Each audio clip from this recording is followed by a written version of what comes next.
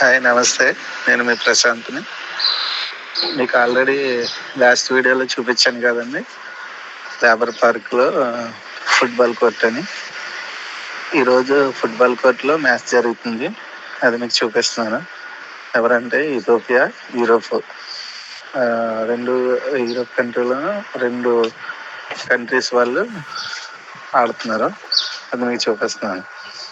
Okay అండి. ఈరోజు holiday అనుకుంటే వాళ్ళకి సెలవు పెట్టి మ్యాచ్ గురించి సెలవు పెట్టారని చెప్తున్నారు.